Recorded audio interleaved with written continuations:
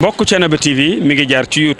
YouTube nag day kër goo xam ni dalloo na télévision yu bari waaye télévision ba ëpp fayda mooy ba ëpp ñu ko seetaan ba ëpp ñu ko abonné ba ëpp ñu cay commentaire kon mbokk yow mi seetaan ba pare aboneel ngir dolli ñu chance ñu gën a jëm ca kanam bësal cloche bi dara bañ laa raw waaye commentaireal ngir mbir mi gën a am fayda.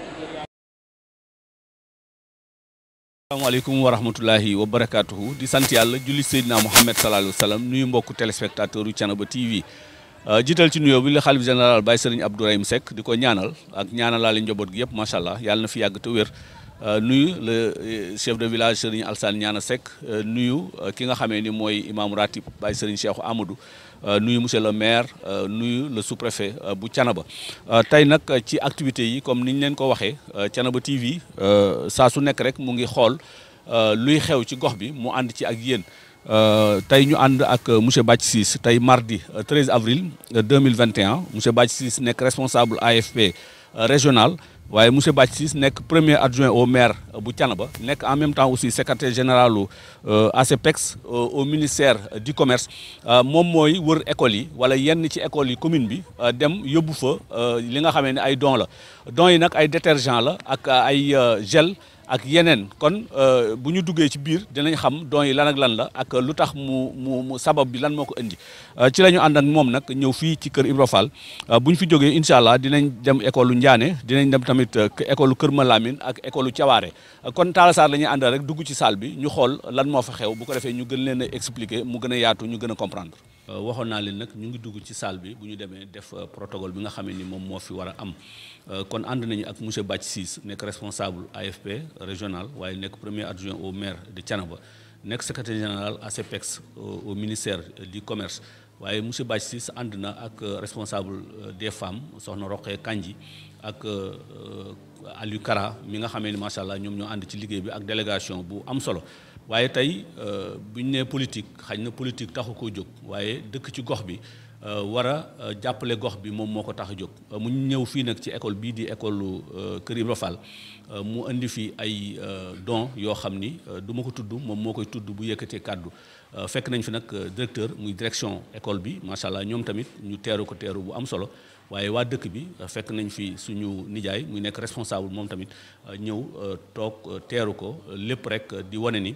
mbir mi ñoom seen xol sedd na ba pare kon monsieur Bathie Ciss la ñuy jox moom mooy wax lan moo tax mu jóg ak lan moo ko motiver ba mu ñëw fii ci école Kër Ibra Fall di joxe don bi nga xamee ni baax na trop ci jamono yi ñu toll. def sa njàmme ñu ngi leen di nuyu ñi ñu bokkal jataay bi ñëpp di leen jaajëfal waa Kër Ibra Fall ci dalal gi nga xam te ne dalal nañ ñu ko ñu ñëwoon fi tey nag ci école primaire bu Kër Ibra Fall pour saytu leen nemmeeku leen waxtaan ak ñoom ci li nga xamante ni mooy jamono mooy actualité jamono muy feebar bii di coronavirus indi woon fii ay dons yu mel ni ay masque ak ay gel hydroalcoolique pour que nit ñi di bu ko mën ko jëfandikoo suñu kontaante gën a yokk nag bi ñu fi fekkee ki nga xamante ni mooy président association des parents d'élèves muy Baye Ndiaga Gueye di sunu wóllëre waajur ñu fekk ko fi mu nekk beneen mbégte ci ñun di wax ne rek lii ñu def nii ñaari objectif la am dinañ ci ñëwaat mooy benn bi fàttali nit ñi ni feebar bi jógagu fi comme feebar bi jógagu fi nag ñu wut ay jumtuwaay yoo xamante ne dañ ci dimbali nit ñi pour que ñu mën a gën a fàggandiku beneen bi aussi wax ñi nga xamante ni ñoom ñoo nekk ci école yi nekk ci commune Thiénaba te nekkuñu ci dëkk yu mag yi très souvent ñu leen di fàtte ci yu bari wax leen ni suñu xel ñu ngi ci ñoom ñu ngi leen di bàyyi xel ñu ngi leen di massawu ñu ngi leen di féliciter ci liggéey bi nga xamante ne def nañ ko parce que ñi nekk ci école primaire yi yor élèves yi yu ndaw yi ñoom ñooy tabax ñoom ñooy def fondement yi nga xamante ni ñoom ñoo nekk dem lycée bu ñu jógee lycée ñoom bu ñu jógee fii ñoo dem collège jógee collège dem lycée dem université boo war a féetewoo réew mi ëllëg kon ñi nga xamante ni ñoom ñoo nekk ci ndorteel li war na saa su ne ñu leen di nemmeeku di waxtaan ak ñoom di leen encourager parce que ñu ngi ñuy defal loo xamante ni mënuñu ko ndax ñi fi nekk ñëpp suñu njaboot lañ ndax ñi nekk ci commune bi yëpp kenn ku nekk ci commune ba nga xamante ni yàlla mën na la dara sa njaboot la nga war leen di nemmeeku war a dellu ci ñoom kon loolu moo nekkoon tànk yi ñu ngi leen di sant ci accueil bi di leen remercier di leen féliciter di leen encourager parce que jàngale neexul contexte bi aussi yokk ci gën a naqari kon lépp lu leen defal rek maanaam cof la as la ci ab paan kon ñu ngi leen di encourager indil leen fii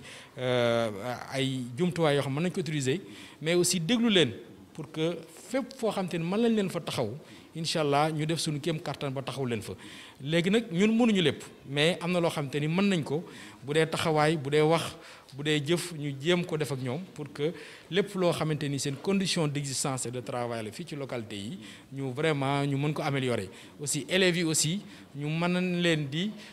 jàppale aussi di leen joxe ay exemple yoo xamante ni dañ ci mën a roy pour ëllëg kenn ku nekk am loo xamante ni da nga ko def muy viatique kon loolu moo nekkoon wax ji di leen sant di leen gërëm encore une fois merci. Une centaine de masques et 120 bouteilles de 500 millilitres de gel hydroalcoolique. Donc dans chaque carton il y en a 25. Donc ça fait 125. Donc voilà, merci monsieur le directeur et tous nos encouragements. Merci. Donc ñëw leen ngeen def ngeen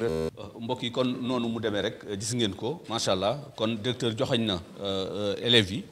comme ñoom ñoo ko moom ñoom ñu jëlal ko ci seen bopp loolu la directeur joxe muy ab joxañ di am njàngale macha allah impression yi la ñuy laaj directement rek ci ginnaaw bi nga xamee ni monsieur Bathie directeur joxañ na joxañ boobu mu nekk am njàngale. waaw dafay wane ni je pense que comme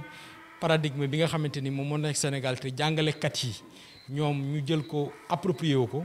mooy c'est l'apprenant qui est au cœur du système donc loolu la directeur wane léegi de façon très pratique maanaam kiy jàng tout tourne autour de kiy jàng c'est l'apprenant qui est l'élément central ci loolu jàngat boobu lañ ci am. jërëjëf mu nekk lu am solo monsieur le directeur impression yi. waaw onsu billahi mina seytaani rajim gannaaw bu ñu sant yàlla julli ci yonent bi sallallahu alayhi wa sallam balaa ñu joxe sax suñu impression xëy na damay dugg tout droit dans le sujet nuyu chef de village Baye Ndiaga Guèye mi nga xam ne mooy borom dëkk bi nuyu la yow Bathie Ciss responsable AFP nuyu soxna Roqeya ak monsieur Diallo ak délégation bi ngeen àndal nuyu sëñ Abdou Mbacké mi nga xam ne sax moom moo ma informé woon que yéen di ngeen ñëw fii donc ñu ngi leen di jox suñu nuyoo leen jox nuyoo dëkk bi Kër Ibra Fall 2 di leen jox nuyoo ñépp ñi nga xam ne ñoo seq école bi moo xam waajuru ndongo yi la APE bi ak comité de gestion de l'école normalement même la présidente du comité de gestion Amsatou Cissé xam ngeen ko moom xam na leen elle devait être là mais dafa am empêchement mais en principe elle devait être là donc ci tur ñooñu ñëpp ñu ngi leen di nuyu di leen gërëm di kontaan ci ñëw bi parce que dama ni en fait ñëw ngeen heure bi ngeen war a ñëw parce que ku ne xam na ni comme ni nga ko waxee Covid bi moom moo lëmbe àdduna bi lëmbe Sénégal lëmbe école yi donc foo toll nit ñi ñu ngi wut ay ndimbal jëmale ko ci askan wi mais man pour man dama foog ne ñi ñu war a gën a dimbali mooy école yi li tax mooy ni bërëb boo xam ne yow mën nga fa wàññi lu mat ay ñetti téeméeri xale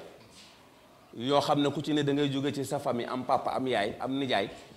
ñooñu defe naa ne ñooy la cible prioritaire bon nit ñi nag ñu ngi seet fu leen neex ñu di fa dem donc ñëw bi loolu moo ma ci gën a kontaan loo parce que bu ñu waxantee dëgg rek je sais que état bi mi ngi def li mu mën bon yeneen autorités ñu ngi def lu ñu mën mais depuis Covid bi bu mu amee ba léegi c'est la première fois que suñu école recevoir ay nit ñu ñëw ñu ne dañuy jàppale école bi pour ci ndimbal yoo xam ne dañu koy jox pour ñu xeex feebar donc loolu moom lu ma leen mën a seedeel la wax ne yéen c'est la première fois yéen a ko def donc loolu moom ma kontaan ci lool mu bég ci lool moo tax sax ma yaatale ko nii mënoon naa ko gën a simplifier mais man dama indi chef de village mu ñëw nekk sama témoin suma équipe pédagogique ñoo nekk nii ñaar ñi nga gis ne madame Mbacke moom moo yor secteur environnement bi ak madame Samb ñu ko ciy jàppale bon am na ñeneen ñu fi newul parce que dañu am ay empêchement donc ñun daal suñu impression bu njëkk mooy mbégte bi ñu am ci ñëw bi ngeen ñëw fii lii bu doon benn carton sax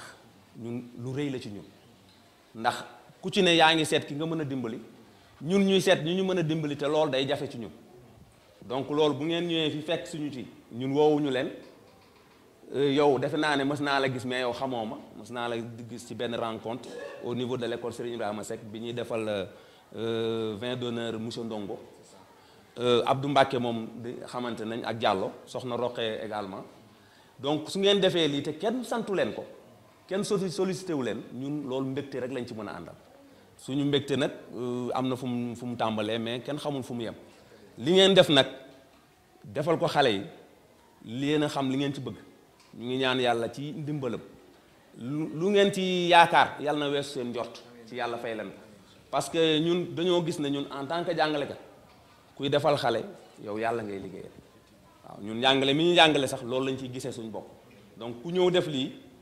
dafa mel ni yàlla ngay liggéeyal donc liggéey boobu nag ñu ngi ñaan yàlla fay leen ci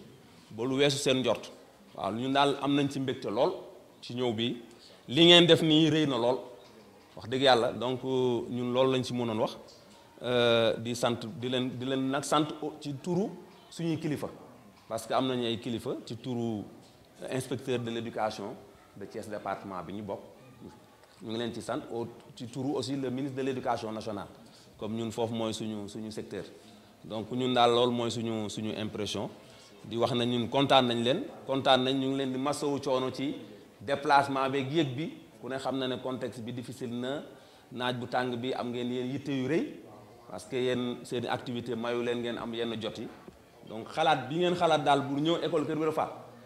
mbég nañ am nañ ci mbégte bu rëy rëy monsieur Ciss donc kontaan na ñu ngi leen di sant di leen gërëm waaw wasalaam. jëmee ko ci xeex Covid 19 bi nga xamee ni moom la monsieur Bathie Ciss di def tey chef de village wala président APE ñaar yëpp baax de waaw. te it moom xam naa ne kii li mu wax moom am na ñu ngi fiy jàngal waaye ku ci ne la sarol yaa ngi koy doxal ndax xam naa ne njàngale métti na mën nañoo ñëw fii ne danoo jàng tubaab ak yooyu waaye yooyu yëpp nu yoru ci ñoom ñëpp boo koo ci romb fii doone sax mën naa bind turam bi tubaab te it yéen ni ngeen def li ma leen jëkk a wax mooy gune Sëñ Saliou Mbacké da cee wax li ne la xamul gune loolu nag ku déglu wolof moom mënuma la koo wax ne la moom xam na borom tànk bu tuut soo defalee gune lu mu tuut xam yàlla lay fay da ci am yoo xam ne yii nag moom lu jar a wax la heure boo ñëwee toog ci mbooloo ay gune toog ñu gisal xale ba ne ko wàccal bu fekkee ne xam nga dara bul toog doo dem loolu nag ñu bari su du leen ko wax kon nunu ñaan yàlla defal na jàmm defal na xiiwal wax ji daanaka kii bu waxee rek waxaale la ñëpp man dama mënul wax waaye loolu moom na nga ko diglu bu baax loolu moo taxoon ñu ne jaadu na yell na bu ñu amee lu ñuy yëkkati di ko joxe ci école yi ñu njëkk ci yéen pour gën leen a mën a dimbali xam nañ ni conditions yi ngeen nekkee yenn saa yi mën naa xaw a sant mbay yenn saa yi mën nay bañ a nekk comme ni ñu ko bëggee mais ñu jàppale leen te di leen bàyyi xel di leen may nopp pour won leen ni aussi li ngeen def ñun ngeen koy defal parce que ñun fi lañ dëkk fi lañ juddoo fi lañ yaroo fi lañ màggee ku ci man dara fi nga dëkk moom moo tax nga mën dara parce que fa lañ la jàngalee fa lañ la tàggatee fa lañ la sampalee say tànk ba nga mën a dem au collège dem au lycée dem à l'université pour mën a am dara donc ñun suñu responsabilité suñu devoir mooy delluwaat ci ñooñu delluwaat ci ña fa nekkoon delluwaat ci ña fa nekk léegi pour won leen ni li ngeen di def ñun ngeen koy defal et bàyyi nañ leen xel ñu ngi leen di encourager di leen ci féliciter jamono nag xat na xëy na mënuñoo matale lépp mais lu ci nekk rek ñu jéem ci dara pour que yéen au moins seen xel dal et puis ngeen xam ni yéen ñi nga xam te ne yéen a fi ñëw di jàngale ngeen xam ni population bi ngeen di fekk ñu ngi leen di bàyyi xel à tous les niveaux qu'elle puisse être ñoom ñu ngi leen di bàyyi xel kon vraiment ñu ngi leen di féliciter di leen di massaw di leen di ñaanal li ngeen nekk yàlla na barkeel xale yi nga xam te ne ñoo fi nekk ci école bi aussi di leen ñaanal ñoom tamit ñu dem ba nekk ay cadres supérieurs de la République pour mën a dellu siwaat ci seen fi ñu dëkk mën a indi fa la nga xam te ni moom la ñuy jëlee ci xam-xam moom la ñuy jëlee ci wërsëg pour que ñu mën a am un développement endogène parce que dañuy wax souvent ni développement du un mot vide mais kenn ku nekk fa nga nekk boo fexee ba lépp loo xamante ni war na faa am la ca bari am fa bu boobaa buñ ko boolee ñun ñëpp dañuy ci la ñuy am développement kon bu ñu bañ a xeeb lenn lépp lu ñu mën a indi rek ñu indi ko mais aussi di leen bàyyi xel xam ni école yi aussi jàngale mi métti na contexte bi jafe na école yi bari nañu ay problème mais du ñu xaar autorité rek def ci ñun kenn ku nekk fa nga féete la nga mën a indi ci école yi ñu jéem a def suñu kéem kàttan bindi ko loolu moo nekkoon suñu ay tànk et di leen fàttali ni ñun on est à votre écoute xëy na du ñu mën lépp mais mën nañu wax mën nañu jox mën nañu lobbying mën nañu ubbi ay buntu et leneen loo xam te ni mën nañ ko indi it incha allah bu soobee yàlla on est disposé à vous accompagner dans votre mission merci beaucoup 5 pièces chacune de 500 millilitres donc mu nekk 125 cartons de gel ak 100 masques yoo xamante ni pour waa école bi la donc vraiment di wax ni xeeb nañ ko mais aussi comme ni ñu wax rek nañu commencé incha allah yàlla mën nañu indil yeneen ouverture ba yeneen yoo xamante ni opportunité am nañ ko incha allah ñu indil leen ko jërë ngeen jëf merci beaucoup xam naa comme ni ñu koy waxee rek du ñu def lu dul saluer initiative yi nga xamante ni doomi gox bi ñoom ñoo koy jël loolu la tubaab di tuddee retour à la source wax bu fekkee école de la formé nga jàng ba yàlla def nga am say lijaasa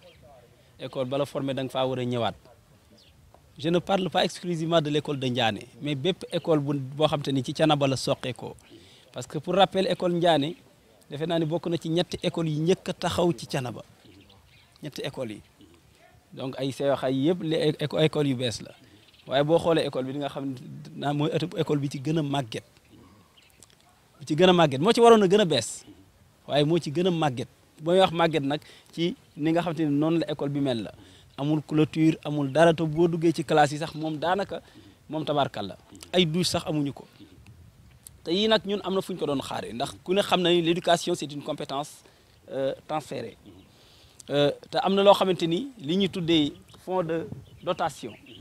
de l'État bi état bi di jox collectivités locales yi am na ci loo xamante ni amul détournement ala kulli xaal dafa war a dellu ci éducation fi mu ne bu ñëpp toogoon ni nañu dem la nga xamante ni moom la ñu war a jox éducation ñu laaj ko dañ ñu ko war a jox waaye daf ci am yoo xamante ni daanaka boo dee acte yooyu posé sax mën naa indi yeneen i mbir mais kon bu ñu gisee ay nit jóg volontairement ni nañu jàppale école yi je crois que du ñu def lu dul saluer ko mais am na feneen fu ñu ko doon gën a xaar te école Ndiané dama naan bokk na ci école yi ñuy gën a fàtte ci commune de Thiénaba xaw ma nag lu waa Ndiané def nag waa commune bi waaye du dugguma sax ci ay détails mbir mais man léegi ma yàgg fii j'ai fait 7 ans dans cette école comme directeur mais wax dëgg yàlla depuis ba mu fi ñëwee ba léegi cette école là est traitée en parent pauvre donc bu ma gisee yéen itam ngeen jóg di jàppale waa Ndiané loolu waa dëkk bi war nañu koo xam ndax ki nga xam te ne xëy nga mu jox la nga ndékki añ jot mu jox la nga añ bu nee la di nga reer kon war ngaa gëm ni di nga reer moo tax kon loolu franchement kontaan nañ ci acte bi ñu ngi koy saluer à sa juste valeur donc le trésorier du CGE mu ngi nii toog président bi fi la nekkoon sax dafa yàgg nañ fi depuis 11 heures ñu ngi fi donc pour rafetlu war na ni la lii ngeen di def nii kontaan nañu te gis nañu ko donc école Ndiané daal mu ngi nii on manque de tout bi ngeen ñëwee léegi rek fekk ngeen ñu ak cantine scolaire bi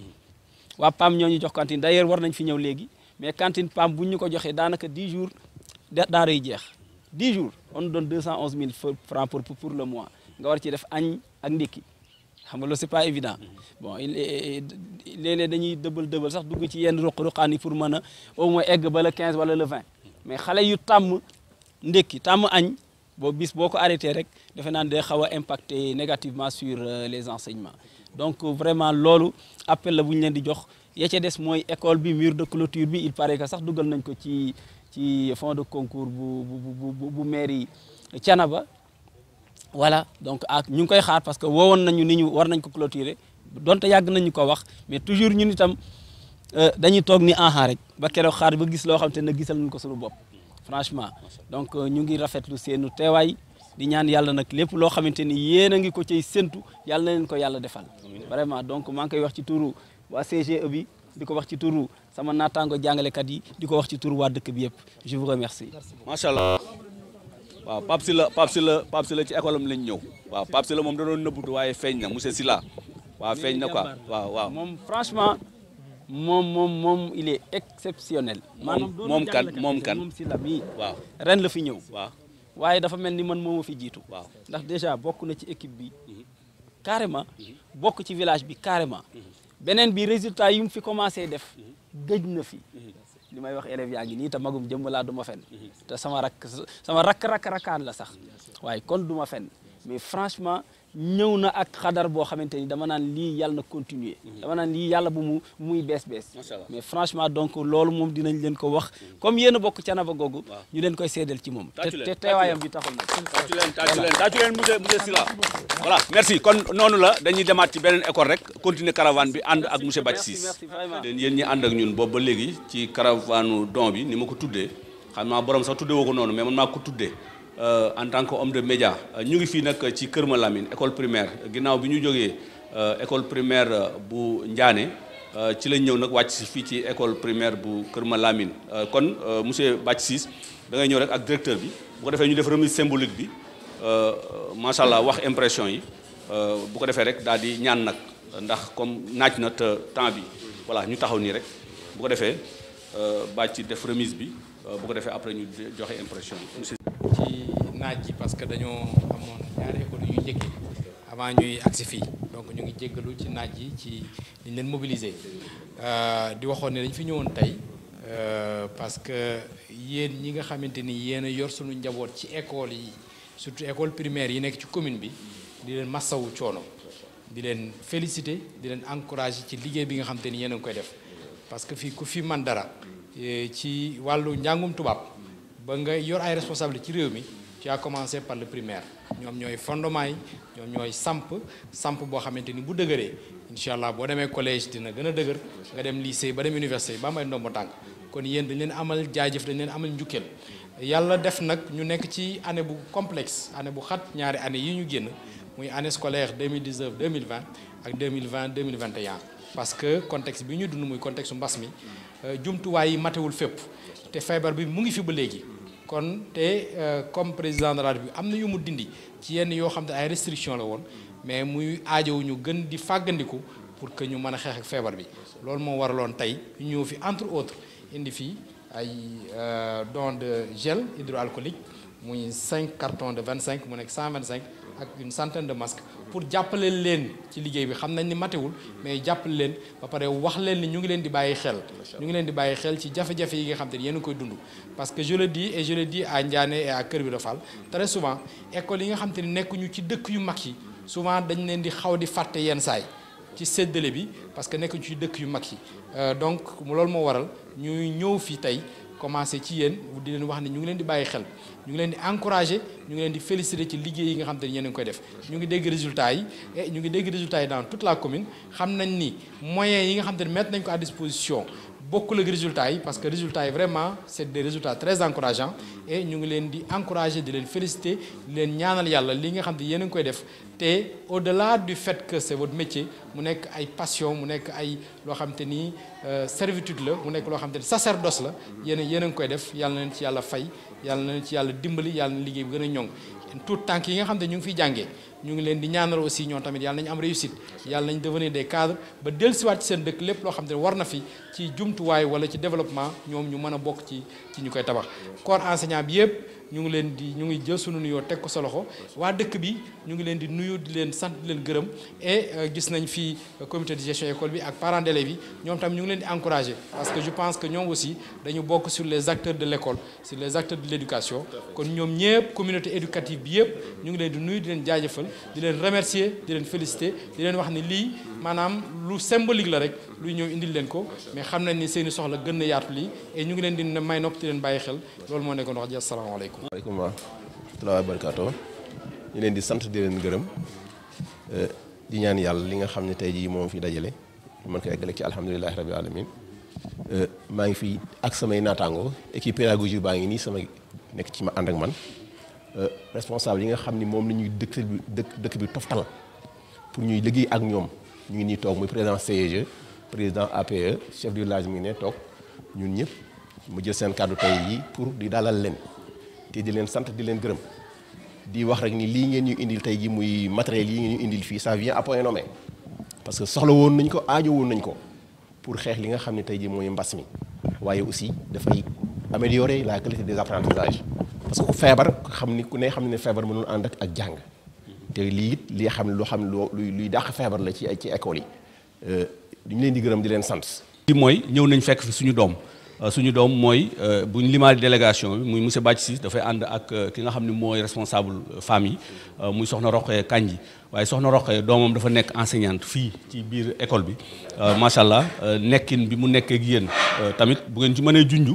tuuti ndax ay waajuram lañ te ñëw nañ seet si leen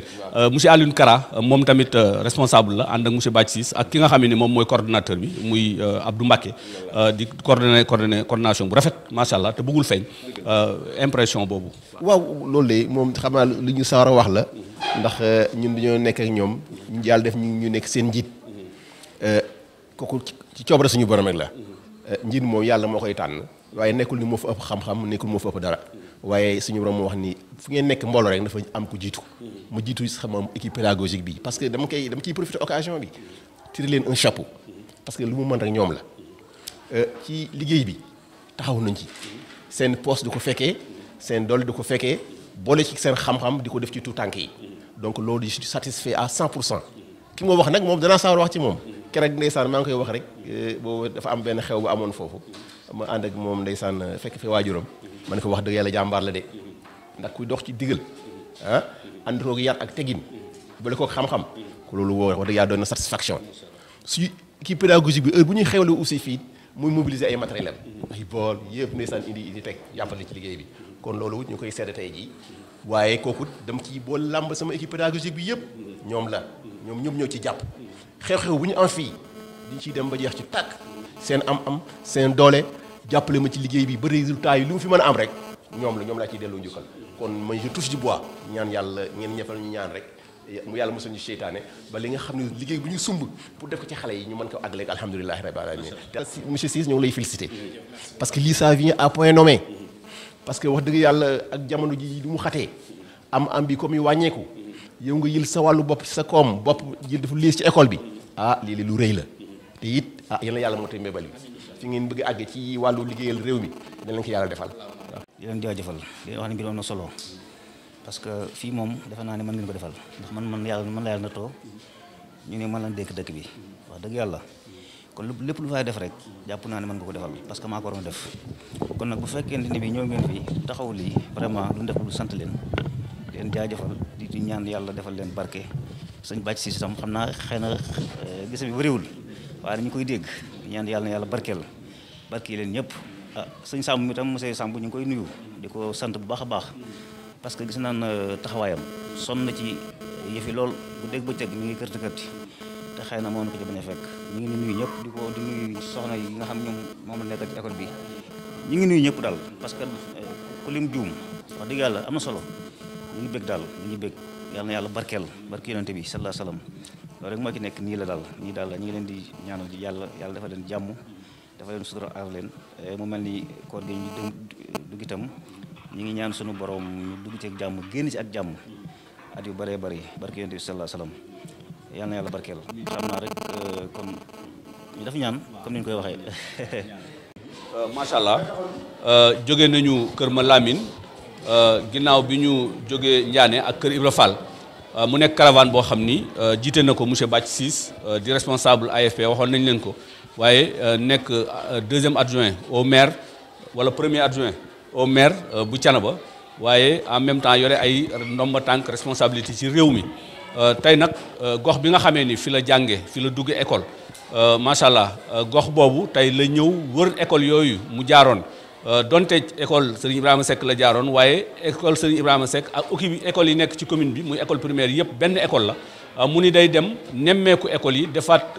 visite waaye fàttali leen li nga xamee ni moom mooy mbas mi fi nekk wax leen ni leen jógewu fi muy message am bu ñuy dégg ci biir axe bi mu def waaye yóbbul leen ay gel yóbbul leen ay masque macha allah jàppale leen ko ci mbas mi nga xamee ni moom moo nekk ci réew mi ànd ak nag média bi lépp rek pour wane un exemple joxoñ loolu lañ ci jublu tey nag ñu taxaw fii ci école Thiawaré mu nekk école bu mujj ci suñu caravane ñu war a def remise symbolique bi fekk fi adjoint directeur bi ak ñi nga xamee ni ñoom la seqal école bi may fàttali ni suñu caméraman T24 muy monsieur Talla Diagne moom tam ci école bi lay jàngale mu nekkaat oustaz voilà waaw mais benn la rek macha allah mu nekk lu am solo tey kon monsieur Bathie ñu ngi école u Thiawaré. jërëjëf sëñ Moussa Diamé comme fii mooy sunu état bu mujj mais ma am mbégte aussi pour ñëw fi Thiawaré ndax je pense que suñu ñëwee Thiawaré fekk sunu baay bi chef de village di ko nuyu bu baax ak waa dëkk bi mën naa ni son papa amoon fi cër ndax ñi nekk ci dëkk bi ñëpp ay wëllëreem lañu kon Thiawaré tey kum fi dul sama baay bu dee góor nga di sama nijaay wala sama tante wala sama umpaañ kon bu ñu ñëwee fii tey indil leen lii mbégte la bu ñu am ci ñëw fii mais mbégte la aussi bu ñu am ci ñëw ci école u Thiawaré kon monsieur le directeur. yëpp ngeen ko defal parce que kenn ku fi jóge ba tekki bala ngay defal kenn fenn leneen da ngay ñëw fu nga dëkk def fa déjà ndax te boo ko defee mën naa am mu landi ba génn ci sa waa kër laal waa gox ba laal waa commune bi yëpp kon yéen ñi nga xamante ni yéen a ngi commencé woon nekk ci début ci tuutaay bi ñu leen remercier leen sant mënuñu leen a xëy na rek seen problème yëpp parce que jafe-jafe jàng bari na jàng ak jàngale seen jafe-jafe bari na parce que fii réew mi toll moo tax mais rek fi nga xamante ni fa la ñu mane accompagner leen ci lii mu nekk loo xamante ni c'est juste symbolique pour encourager leen pour wax leen ni ñu ngi seen wet waa Thiawaré yépp nag ñu ngi leen di nuyu di leen ziyaara di leen wax ni ñun fii njaboot lañ fi. aussi tamit mu nekk dëkk boo xam ne li ñu ci def dara yaakaar naa ne yëgowuñ ko ak waa dëkk donc en l'occurrence chef de village bi ak présidente bi ak parents d'élèves yi nga xam ne ñoo fi nekk constitué CG moo tax bi ñu waxee lii rek mu ne xaaral ñu wax leen ko tey ci suba daa ko wax mu def mobilisation ne xaaral ñëw def loolu lu wane njàmbaarte seen njàmbaarte ci dëkk bi ak fàllu bi ak sawar bi sawar ci jàppale école waaw loolu moom dinañ leen ko loolu laa leen di leen ko témoigner loolu ci dëkk bi léegi nag ci loolu yi di la sant yow di la gërëm parce que yaa ngi naan c'est un geste symbolique waaye teraanga bu tuuti li nga def nii xeebu ma ko waaye ñun lu rëy a ci parce que bëri na ñu koy def peut-être sóoraale wu peut-être ñu ngi koy def romb ñu dem ci ñeneen waaye yéen seen xel day doxee ba daj fii jàpp ne nag ñii war nañ leen a mun na am ñu fàtte leen waaw sóoraale boobu rek fa amul fay boobu moom amul fay donc loolu lañ leen di njëkk sant di leen ci gërëm vraiment di leen ci jaajëfal di leen ci jaajëfal te xam ne am nañ ci gis bu baax a baax vraiment kontaan ci lool di leen sant di leen gërëm li fi nag sax daf ñu xaw a bett waaye nag bu ñu bettu loolu peut-être mobilisation bi sax dina demee beneen ñu fi nekkal ñëpp ñu ngi leen di jaajëfal ndax ñoom tamit seen liggéey rafet na ndax toppatoo nañ xale ñi ñu leen war a toppatoo yor nañ leen ni leen war a yore seen daal ndax maam ñi daal dañ ci rafetlu bu baax gis nañ tamit li ngeen xam ne moom lañ indi rafetlu nañ ko bu baax di ñaan yàlla mbas mi nga xam ne moo tax ñu indi ko fi yal na ko yàlla saafara te bàyyi ñu fi ba ci kanam a kanam am nañ si kontaan lool te gis nañ tamit li mu def xeebuñu ko am nañ si yëg-yëg bu baax di ñaan yàlla na ko yàlla yóbbu moom it ca kaw ci kanam lépp loo xamante ne ni moom la fi ñàkk daal yal na ko yàlla ram di gërëm imaam tamit bu baax toogaay ak ñi mu àndal di jaajëfal loolu yàlla jàppale leen may leen kattan ba ngeen mën ko àggale ci daraja Rasulullah sallallahu alayhi wa sallam kàddu yi daal moo lay wax suñu Moussa Ndiame te ñu leen jaajëfal kàddu yi am na solo jéegul ñëpp nag sant itam suñu soxna yi dëgg yàlla ñu baax lañu waaye itam jàmbaar lañu waaye jigéen lañ ñoo xam ne jigéen ñi mën góor ñoom dañ leen ñaanal fu ñu toll yàlla dañ leen a dëgëral ndax bu ñu noppaloo ci na yàlla li cëpp ñoom ñu ñoom nopp bu fekkante ni taxawaay bii amul kon il faut ñu sonn waaye ñu nopp yàlla na yàlla fay amiin اللهم صل على سيدنا محمد سيدنا سبحانه سيد الحق بالحق وعلى هذه الى صراط المستقيم وعلى اله وصحبه صلى الله عليه وسلم اجمعين بهذا الجلال ولا تقضي لنا بهذا الحجاب وتكررنا بهذا الجميع وترفعنا بحفظ درجتك وتبلغنا بخيرات من جميع الخيرات في الحياه والسماء سبحان ربك رب العزه عما يصفون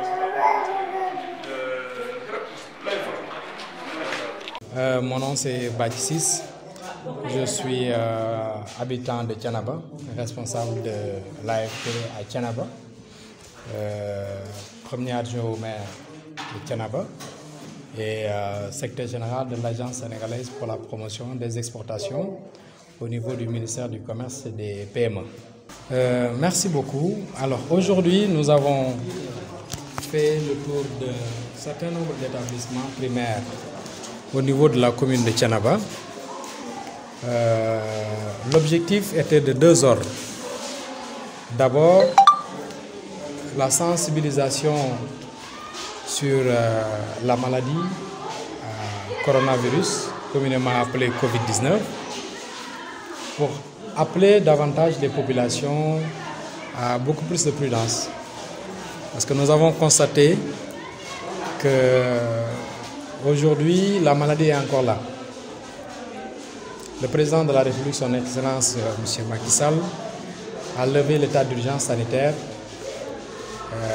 En conséquence, les gens vont retourner à leurs activités habituelles. Mais il est important aussi d'appeler les populations à beaucoup plus de prudence parce que la maladie étant encore là, il faudrait continuer à avoir des gestes qui pourront nous permettre d'éviter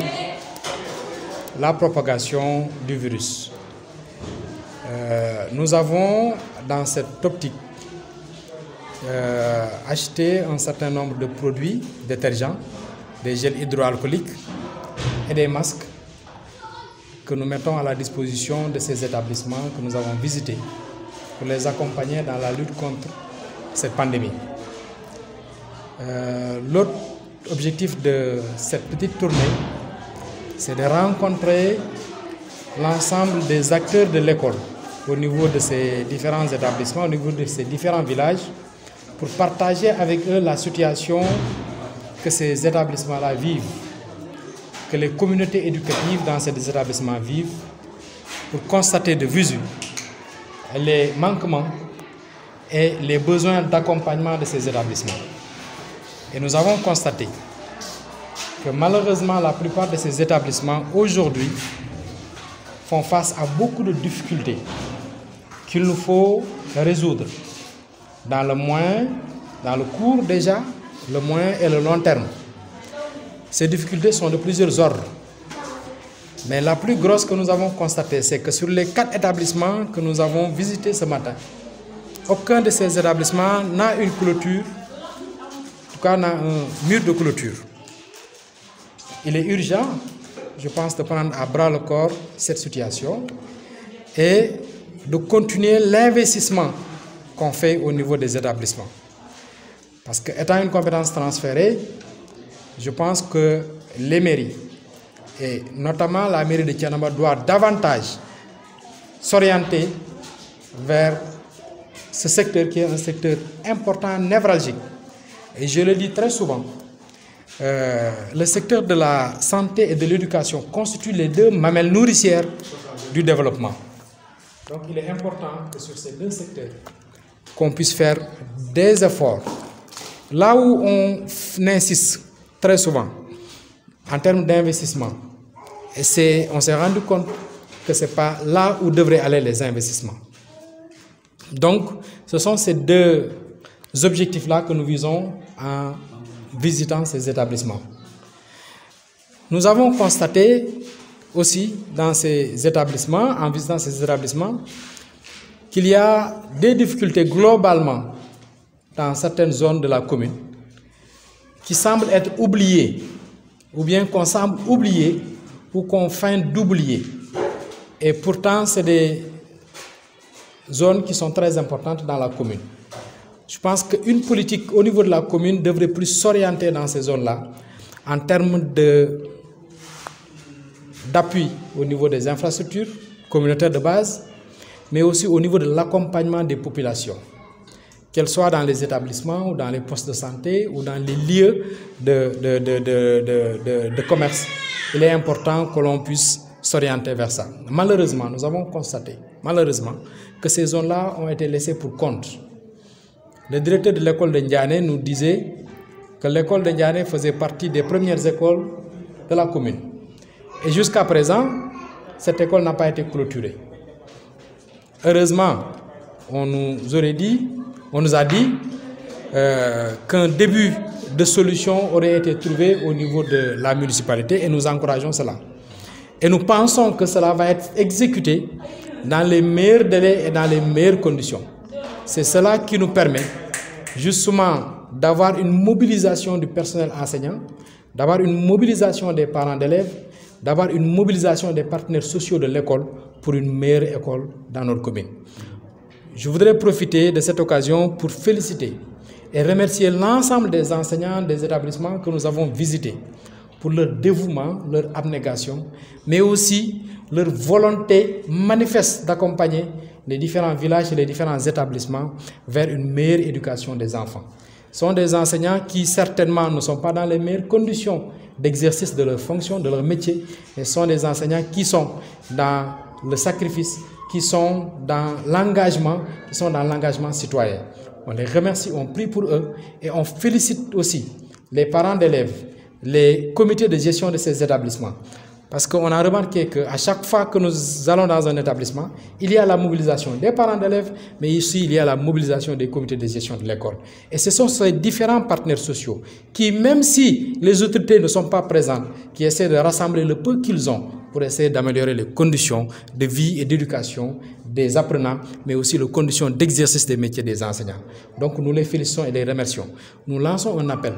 à toutes les autorités, à commencer par l'autorité principale de la commune, le maire de la commune, à donner davantage de temps, à donner davantage d'investissement dans ces différents établissements, parce que ça fait mal au cœur de constater que sur 4 établissements que nous avons visités, aucun établissement n'a un mur de clôture. Et c'est dans une zone qui est très vaste, parce que si vous voyez la zone de Tiawaré à Keribrafal, en passant par Ndiaré et Kermalamine, c'est une zone très vaste et dans toute cette zone-là, aucun établissement n'est clôturé. Je pense que cela nous interpelle tous. Voilà, monsieur le maire, justement, Thiénaba est secoué à une mauvaise gestion des carrières de sable. Une commission a été mise en place, le rapport a été publié, un collectif également est né à Thiénaba, qui ont même allé jusqu'à déposer une plainte. On parle de détournement de deniers publics. Vous, en tant qu'élus locaux, comment justement appréciez-vous la situation? Je me désole de cette situation. Je suis au regret de constater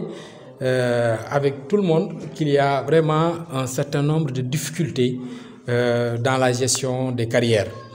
Ce dossier étant pendant devant la justice, comme on le dit, on ne voulait pas aller dans des commentaires. Mais ce que nous voulons dire là-dessus, c'est que cette situation est regrettable parce qu'on n'avait pas arrivé à cela si on avait pris les précautions nécessaires. Et les précautions nécessaires commencent d'abord par une compréhension des problématiques actuelles que vivent les communautés. Les problématiques actuelles que vivent les communautés, on le constate partout, ce n'est pas spécifique à Thiénaba, c'est dans toutes les collectivités qu'on constate. Il y a une pression qui est liée au foncier, il y a une pression qui est liée à la terre. Et s'il arrive qu'on se doit de faire une gestion liée à cette problématique du foncier et de la terre, on doit la faire de la meilleure des manières possibles, sans incriminer personne. Parce qu'aujourd'hui, les enquêtes sont en cours, nous ne sommes pas la justice, mais nous disons que la gestion transparente devrait être le sacerdoce de tout élu, de toute autorité dans ce monde du XXIe siècle. Parce qu'on n'est plus dans un monde où on peut faire les choses et les cacher. On est dans un monde d'ouverture, on est dans un monde de compréhension, on est dans un monde intelligent. Ce qui veut dire que tout ce qu'on peut faire, que ça soit une bonne chose ou une mauvaise chose, ça peut se savoir. Et aujourd'hui, les outils de gestion modernes nous permettent d'avoir une gestion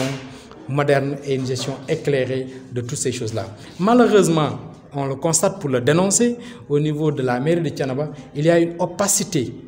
Je n'accuse personne, mais je dis qu'il y a une opacité dans la gestion. Parce que ce que je dis, et nous sommes tous responsables, parce qu'étant des conseils municipaux, nous avons constaté qu'au niveau déjà du bureau municipal, parce que toutes ces questions-là qu'on évoque, auraient dû être des questions qui ont été évoquées, qui auraient été évoquées dans le bureau municipal en préparation des différents budgets qu'on met à la disposition du conseil municipal pour le voter. Si on avait préparé tout cela, on n'en serait pas à une année où la contribution des carrières serait vraiment alarmante jusqu'à créer une situation d'inconfort pour tout le monde. Hein. C'est une situation d'inconfort pour tout le monde. Si en amont, on avait une gestion collégiale dans les conduites des affaires de la commune de Thiénaba, nous n'en serions pas là. Parce que à quel niveau le premier défaut, c'est au niveau du bureau municipal, qui ne se réunit pas, qui ne s'est jamais réuni, parce que le bureau municipal, il faut le rappeler, est composé du maire, ses 2 adjoints, plus maintenant le secrétaire municipal qui vient peut-être pour prendre les PV ou prendre les comptes rendus des réunions, mais je constate pour s'en désoler que le bureau municipal ne se réunit pas. Alors que ceux qui ont construit l'administration, ils l'ont construit sur la base d'un certain équilibre, mais sur la base d'intelligence qui sont en mouvement, d'intelligence collective. Parce que kenn dong mais c'est un ensemble, c'est une équipe. Malheureusement, cette équipe a été cassée très tôt pour qu'on puisse continuer à faire le travail. Et quand une équipe est cassée, malheureusement, le code des collectivités actuellement ne donne pas de pouvoir, ni au premier adjoint, ni au deuxième adjoint, d'arrêter le maire. Encore même, cette possibilité ne peut pas venir du sous-préfet tant que le maire est dans le a priori. Parce que le contrôle aujourd'hui que peut faire l'autorité administrative qui est le sous-préfet, c'est un contrôle a posteriori. C'est-à-dire il faut que l'acte soit pris pour que l'acte puisse être contrôlé. Donc quand maintenant, dans une collectivité, il n'y a pas justement cette gestion d'équipe, il peut y avoir ces écarts dans la gestion, il peut y avoir ces écarts dans le comportement. Nous le constatons pour le regretter qu'au niveau de la mairie, malheureusement, le bureau municipal ne fonctionne pas. Et comme le bureau municipal ne fonctionne pas, tout ce qu'on amène en plénière, c'est qu'il n'y a pas un filtre. Comme il n'y a pas un filtre, on amène du tout et du n'importe quoi au plénière et les gens discutent et disent des choses très souvent qu'ils ne maîtrisent pas parce que tout simplement, il suffit de prendre position, qu'on dise que tu es contre ou contre le maire ou avec le maire. Nous ne sommes pas dans cette dynamique-là, mais nous sommes dans des dynamiques de gestion d'équipe et collégiale. Quand on est dans la gestion d'équipe et collégiale, les fautes des uns et des autres peuvent être équilibrées par l'intelligence des autres, ce qui permet que quand on sort du bureau du conseil municipal, les documents qu'on amène sur la table du conseil municipal, c'est des documents qui ont déjà subi un premier filtre. Et c'est ça l'intelligence collective. C'est pourquoi malheureusement, il y a beaucoup de questions. Ce n'est pas que tout simplement la question des carrières, mais la question de la gestion foncière. Il y a d'autres questions. La question de la gestion des fonds de concours et des fonds de dotation pose de véritables problèmes, sans pour autant accuser qui que ce soit. Mais à mon sens, l'orientation qu'on en donne, ce n'est pas la bonne orientation. Et pour preuve, nous venons de faire 4 établissements dans une zone très importante de la commune. Aucun établissement n'a été clôturé. Ça veut dire que l'orientation que nous faisons, de peu de ressources que nous avons, ce n'est pas une bonne orientation. S'il s'y ajoute maintenant qu'il y a de la prévarication dans les ressources, cela pose un autre problème. Mais je ne veux pas m'avancer là parce que le dossier est pendant devant la justice. Je ne veux pas trop avancer sur ce terrain. Voilà. Monsieur le maire, wolof tout ki nemmeeku bi ci yenn école yi lan moo ko waral ak lan mooy nemmeeku bi nga gis. jërëjëf Ahmadou ñu ngi commencé di sant yàlla bu baax di julli ci yonent bi sallallahu alayhi wa sallam di sant sunu wayjur yi du sant sëñ Thiénaba Baye Abdourahim Seck moom mi nga xam te ni moom mooy kilifa Thiénaba gi ngeen may ma bala may dugg ci waxtaan wi rek ma sant école yi nga xam te ni jaar nañ fa yépp tey pour waxtaan ak ñoom sant aussi ñi nga xam te ni ñoo ma accompagné ci mission boobu muy ku mel ni soxna Roqaye Kandji Serigne Alioune Diallo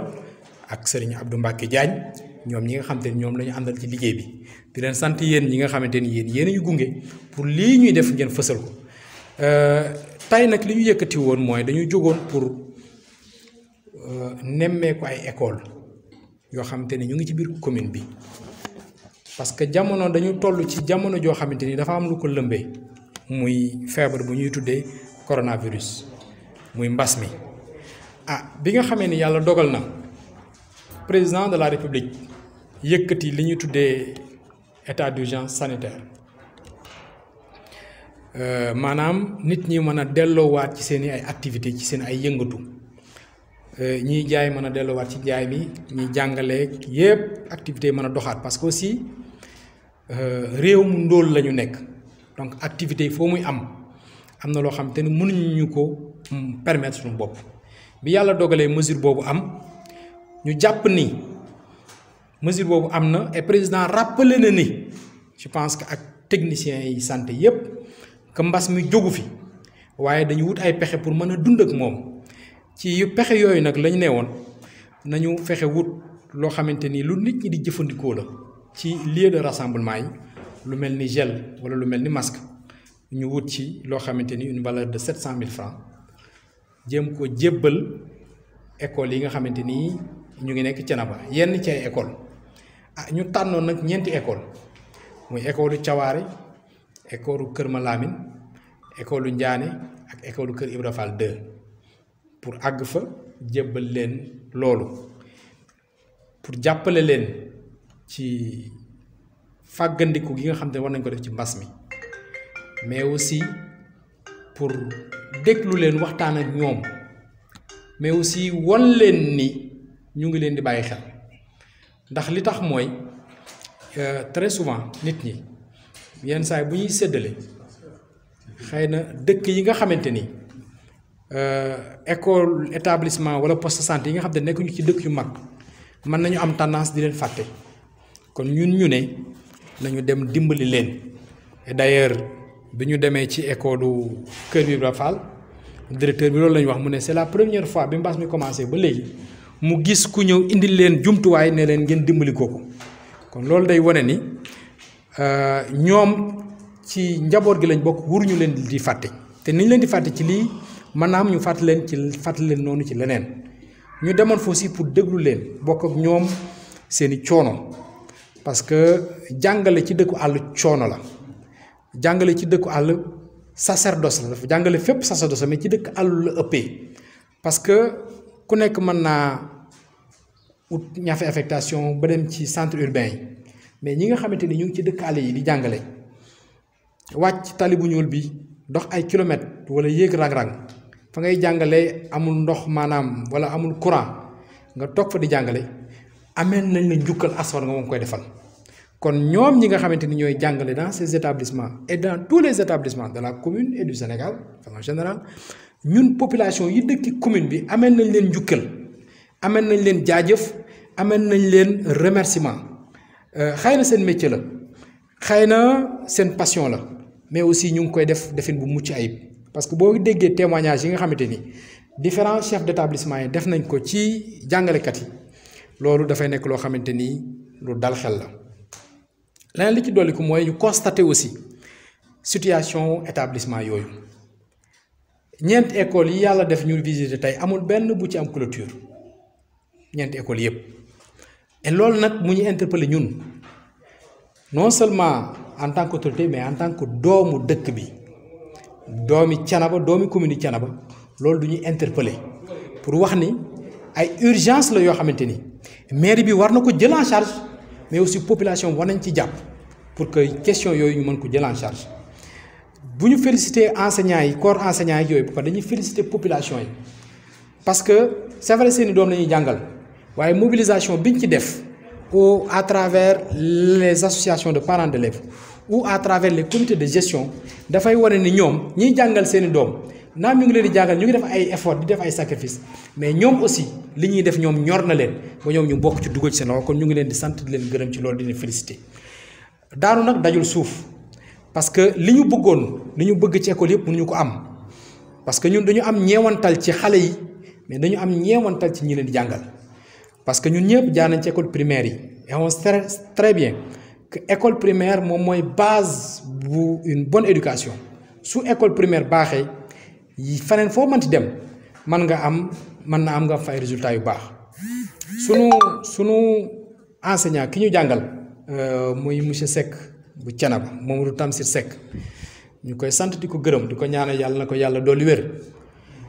daf ñu wax ni bi mu nekkee université dafa amoon ñu mu àndaloon doon ay xaritam seen benn professeur woo leen wax leen ni kenn ci seen xarit yi ñoo bokkoon di jàng mu ne leen il traîne des lacunes qui se règlent au CM2 donc boobu ñoom ñu ngi université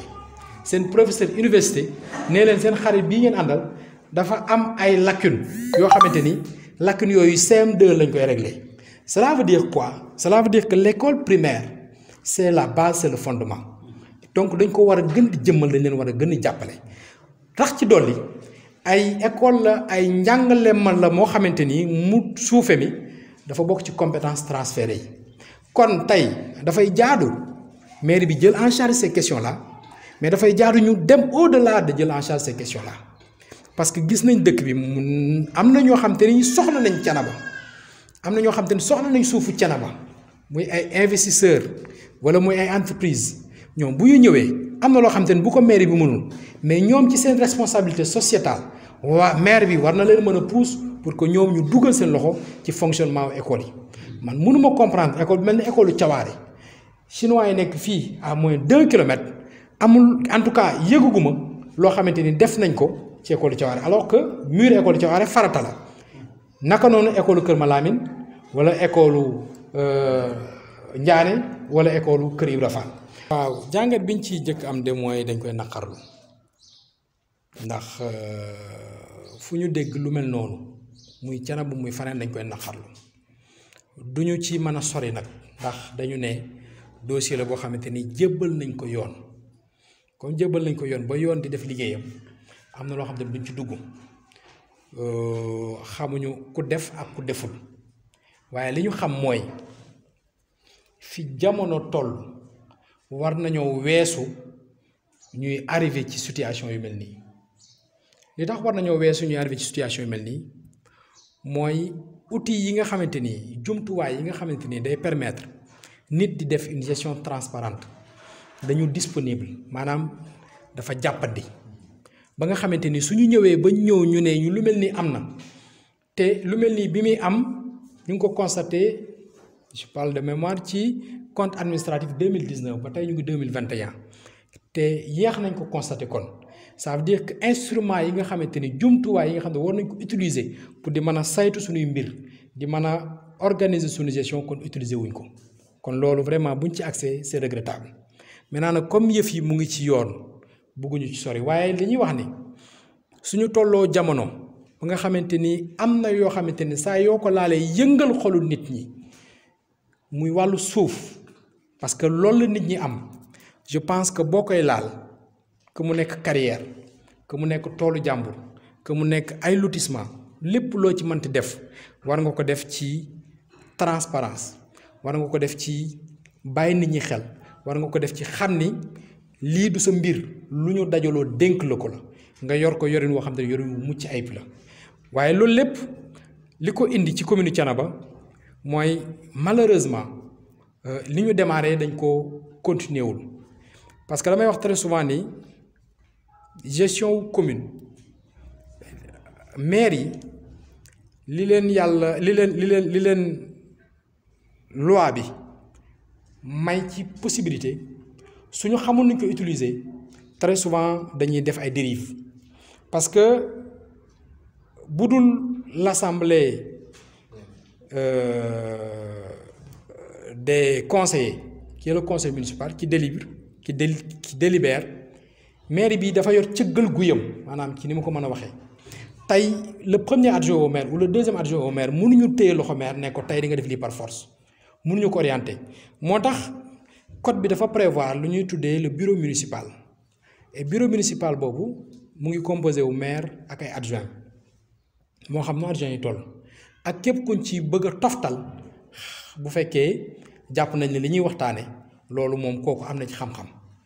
ak secrétaire municipal bi leen di accompagner ci foofu ci bureau municipal bi fa la ñuy tëggee lu bari fa la ñuy saytoo lu bari fa la ñuy liggéeyee lu bari ba la ñu ko yóbbu ci plénière bi lu jiitu loolu commission yi bu ci nekk dina def liggéeyam bu dee commission finance bu dee commission domaniale bu dee commission environnement dañ def liggéeyam mais lépp lu ñëw bu ñu dajaloo ba bureau municipal bi dajale waxtaan ci ne nii lañ koy tënkee parce que xelu kenn nit doyul ñi jàng sax ba li ñu jàng ñu noot ko am ci xam-xam bu ñépp ràññee fu ñu toog dañuy wut ñu nekk seen wet toog ak ñoom di xalaatandoog ñoom di defandoog ñoom di ndéeg ñoom président de la république moom la ñuy wax ci tubaab clé de voûte des institutions moom rek moo am possibilité tey ama bu ko neexoon tey balaay ngoon mu def la ministre wala mu def la ambassadeur moom ci boppam am na loo xam te ni bu ko dee jël dana woo ay ñoñam toog waxtaan ak ñoom moom ci boppam constitution da koo tënk ba am na foo xam te ni du ko jéggi pour wane ni benn nit du moom moo mën a xam lépp moo tax code des collectivités locales tëggee noonu du obligation nag du obligation mais loolu mooy ñoo nga liggéey bi tey fii ñu tey problème bi ñu wax su fekkoon bureau municipal ñu ngi réunir li Massamba xamul ma Demba man koo xam loo li ko rëcc ci yër soxna Aïda man ko dimbali ba moom mu xam loolu kon du ñu agsi fii dinañ am yenn joyante yoo xam ne dinañ ko def ba la ñu agsi fii malheureusement loolu amul commune Thiénaba et très souvent des fois dañuy wax ni gisuñu adjoint au maire gisuñu premier adjoint gisuñu deuxième adjoint mais dafay am loo xamante ni aussi su fekkee dañ la ko nu ñu lay waxee da nga yemandoog ñëpp ci mbir yi maanaam da nga xëy rek sotti ñu woo la nee la kaay ci lii am na loo xamante ni mënoo ko taxawee parce que bu boobaa soit da ngay bokk ci ñu koy def parce que boo ñëwee nga ne d'accorduma fokk béy wéy na mbees parce que aussi ci communes yi ak toutes les assemblées électives su fekkee majorité mécanique dafa nekk yow boo ñëwee mën ngaa wax bu suba mais majorité mécanique boobu moom mooy dicter loi dafay interpeller nag population yi ci ëllëg ak gannaaw ëllëg bés bu ñuy falati assemblée yoo xamante ni ña fay nekk dañuy war di dajaloo pour xalaatal askan wi ñu xool ñañ fay yóbbu ñoo xamante ni buñ fa demee tey man Thiénaba bu ma toogee conseil municipal waruma faa toogal AFP wala APR wala Benno Bokk Yaakaar wala PDS mais Thiénaba laa fa war a toogal intérêt Thiénaba moom fa war a toog du orientation parti moom moo ñu fa yóbbu ndax bu doon orientation parti je pense que kon xëy na du ñu nekk ci mairie bi parce que gis nañ ne élection yii fi jóge demee woon kon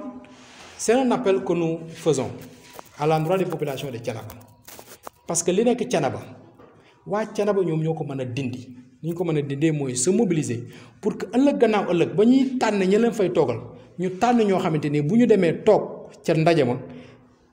intérêt Thiénaba moom moo leen di jiital du seen intérêt bopp du seen intérêt collègue politique du seen intérêt leader politique mais intérêt Thiénaba te loolu nag ngeen may ma moo surtout orienté ci jeunes yi je pense que dafa jot tey que les jeunes de Thiénaba ci boor politique bu ñu mënti nekk parce que wax naa ko léegi affaire u Thiénaba du affaire u parti politique affaire fu ñu dëkk la tey ku yàlla moomoon fii Thiénaba la ñuy yóbbu suul la fa ku am sa teraanga Thiénaba nga koy indi kon ñun ndawi Thiénaba ñu ñoo war a dajaloo mbéjum kanam boroom a koy fajal boppam ñun ñoo war a dajaloo def fenn say li nekk Thiénaba ñu dindi ko parce que Thiénaba ci développement waroon na romb fii lu tax romb ko nag je pense que ce sont les jeunes ñoo mobilisé wul woon mais il est temps aujourd'hui et c'est une satisfaction aussi ñu gis muy ci école Ndiané bi nga xamante ni fa lañ fekk Pape Mor Sylla muy ci école Kër Malamine bu ngeen fekk fa lañ fekk Mati Khoule ak Matar Ndoye ak ci école Thiawaare bii nga xamante ni Alioune Diallo fi lay jàngalee mais aussi Talla mi fi lay jàngalee te ñoom ñëpp seen responsable d'établissement yi wax ci ñoom ay wax yu rafet ce qui veut dire que jeunes yi Thiénaba yi am nañ fulla am nañ fayda ba fu ñu nekk loolu la ñuy wone kon il est grand temps ñu wone ko ci lu jàll jëm ci gestion commune Thiénaba. Merci salaamaaleykum. Thiénaba TV est à votre disposition pour la couverture de vos événements, pour la couverture médiatique des grands événements. Si elle t'a plu, appuie sur abonner et sur la cloche pour ne plus rater les vidéos qui suivent. Thiénaba TV avec vous avant, pendant et après.